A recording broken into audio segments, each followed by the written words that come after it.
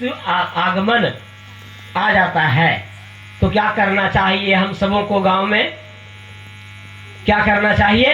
अंतिम समय तो सबका आना ही है, लेकिन गरुड़ पुराण की कथा में बतलाया गया है अगर यदि कोई मृतक व्यक्ति मृत्यु जिसकी आतुर काल के समय में, मृत्यु के समय में क्या करना चाहिए जिससे कि शरीर की पीड़ा न हो।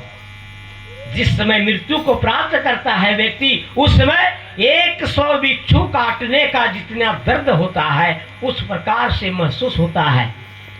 जल्द से जल्द ये संसार का माया भूल नहीं पाता है और दर्द के मारे कराहने लगता है। किसी किसी को क्या होता है, मुख से फेन निकल जाता है, फेन निकल जाता है, किसी को पेशाब हो जाता है, लार गिरने लगता है, किसी को आंख से पानी फेंक देता है, खून फेंक देता है, नाक से फेंक देता है।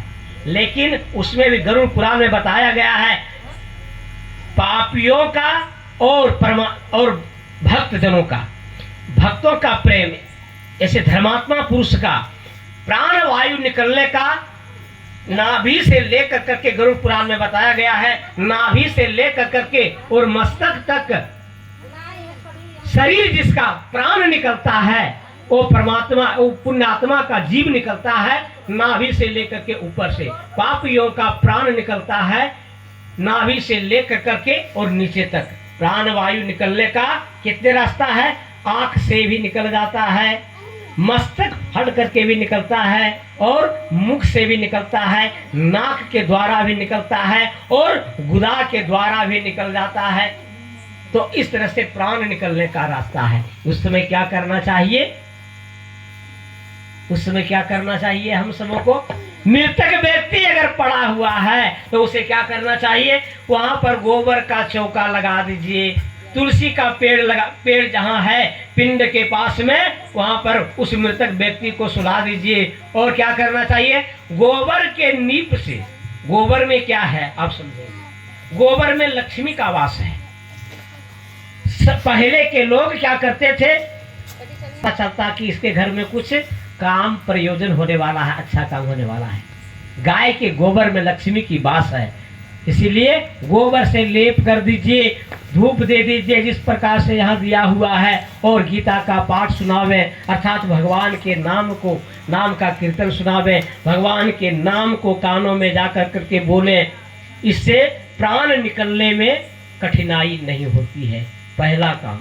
दूसरा काम क्या है? अगर यदि आपके गांव में कहीं संत महात्मा यदि आए हुए हैं तो कहते हैं संत महात्मा का चरण धोकर करके और उसके मुंह में डाला जाए संत महात्मा का, तो आपको पुण्य पीड़ा कम मिलेगी और जो सो जीव जल्द से जल्द निकल जाएगा।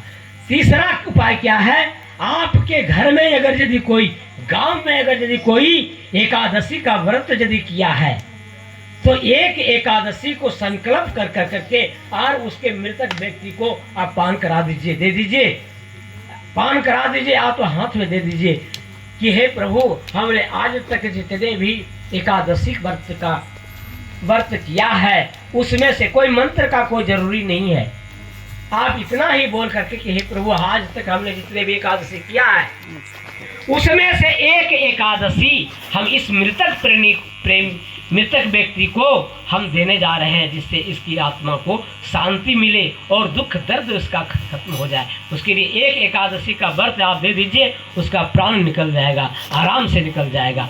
चौथा क्या है? विष्णु भगवान का पूजा कर करके और उसका जल को यदि आप पान करा सकते हैं तो उससे उसकी मृत्यु जल्द से कोई कष्ट नहीं होता है और निकल जाता है। तो इस प्रकार से 5 उपाय शास्त्रों में दिया गया है। इसीलिए हमें, और भगवान का नाम अगर यदि उसके कानों में दिया जाए तो उससे उसको तकलीफ नहीं होती है। और पंचम उपाय क्या है? गंगा जल। गंगा जल भी आपके घर में है तो उसको भी आप दे सकते हैं, जिससे उसको दुर्गति नहीं होती है। प्रेम से बोलिए वृंदावन बिहारी लाल की।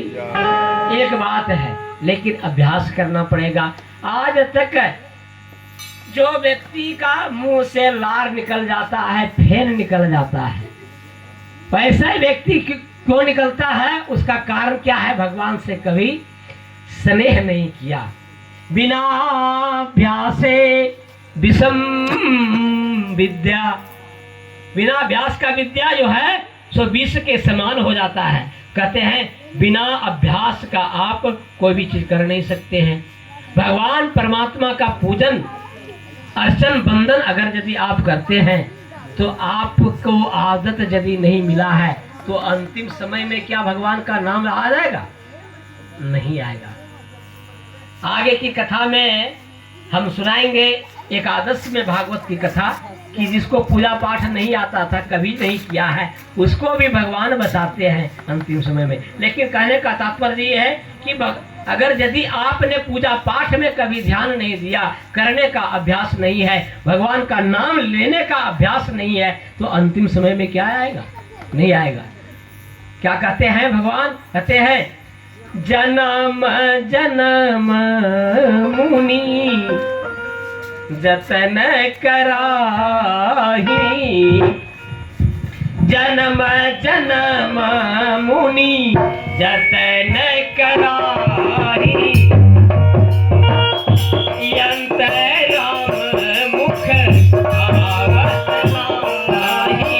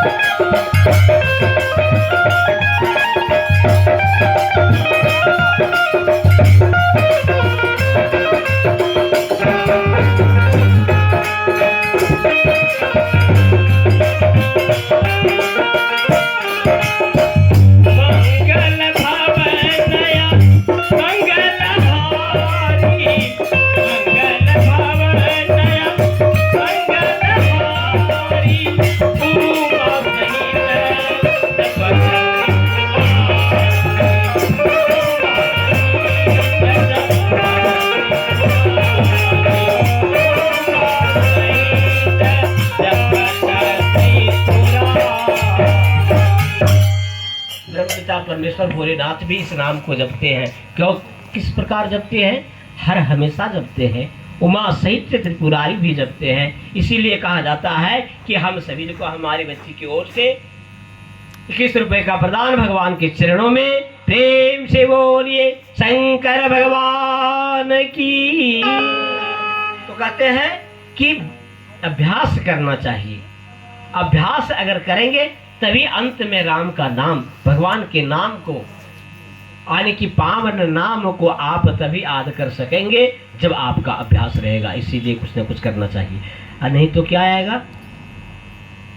एक बूढ़ा बाबा थे, वो क्या किया कि बीमार पड़ गए और घर के लोग सोचे कि अब ये तो जाने वाले हैं, अब इसके लिए क्या करना चाहिए। बहुत कंजूस, कभी जीवन में कभी खर्चा नहीं किया था और कभी यज्ञ जापन में, कन्यादान में किसी को भी, या तो किसी भी मांगने वाले को, व्यक्ति को भी कभी किसी को कभी दिया ही नहीं था। तो क्या हुआ, एक समय जब बीमार पड़ गया तो क्या हुआ, हालत खराब हो गई। घर के लोग जान अचानक जो से आवाज़ बंद हो गया, और आवाज़ जब बंद हो गया घर के लोग सोचे कि कुछ ही क्षणों में आकर करके एक काम करो, पंडित जी को बुलाओ और इसका क्या कहते हैं विष्णु दान करा दो, गोदान करा दो, बेतरनी दान, चला जाएगा सुखपूर्वक से। वही किया कि जब आवाज ही बंद हो गया, बोल ही रहा था कि इसका बेतरनी दान करा दो, चला जाएगा, तो क्या हुआ, वही बूढ़ा जो है सो क्या करते हैं, मना कर देते हैं, नहीं नहीं नहीं नहीं, नहीं सब करने का काम जरूरत नहीं है, यानी कि खर्चा हो जाएगा, वो काम मत करो। बोला अच्छा ठीक है। आवाज गुम हो गया, आवाज बोल पाए तब तो कहा जाए कि क्या कहना चाह रहे हैं, आवाज ही खत्म हो गया। किसी किसी का ऐसा होता है, आवाज ही खत्म हो जाता है। कहते हैं कि ऐसे वो थोड़ा ताकत कम मिल रहा है, तो बड़ा लड़का सोचा कि इंजेक्शन देने के लिए बोल रहा है, तो क्या बोला, डॉक्टर को बुला करके लाया। डॉक्टर को जब बुला करके लाया तो कंजूस के पास में बहुत धन होता है, ऐसा सुनते हैं हम सभी लोग। तो कंजूस के पास धन होता है, तो धन क्या किया, बेटा लोग सोचा कि आवाज गुम हो गया है बाबूजी का,